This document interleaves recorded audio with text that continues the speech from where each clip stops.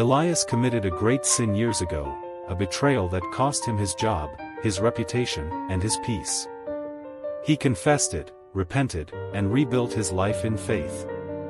Yet, every day, the memory returned, crippling him. He was convinced that even though he had repented to man and God, his sin was so immense that God, being all-knowing, must still hold the complete record of his failure. His worst fear was that the forgiveness was only temporary, and the past was merely archived, waiting to be used against him.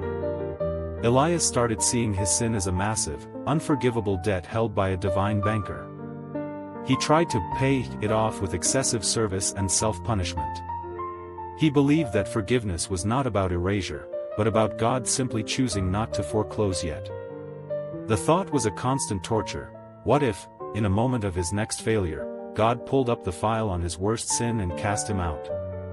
This fear made his current faith utterly useless. He thought he was forgiven, but he lived as though he were still condemned.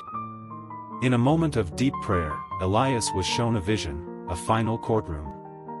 The accuser presented a thick, dusty ledger detailing every single one of his sins, ending with the devastating betrayal.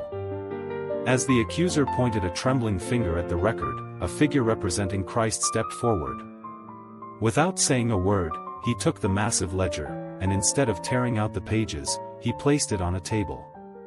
The accuser demanded, "Read it. The debt is still there." The figure simply responded by pointing to a verse on the cover, quoting God, "I will forgive their wickedness and will remember their sins no more." The figure then opened the ledger. The words were not erased, the memory was simply gone from God's mind.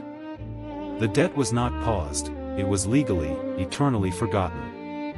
Elias realized he was the only one still holding the record. Elias woke up free.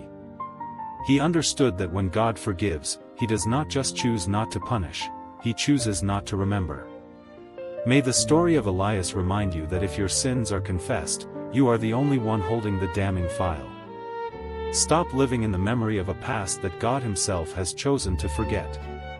If this story touched your heart, subscribe to the channel and share this message with someone trapped by their past.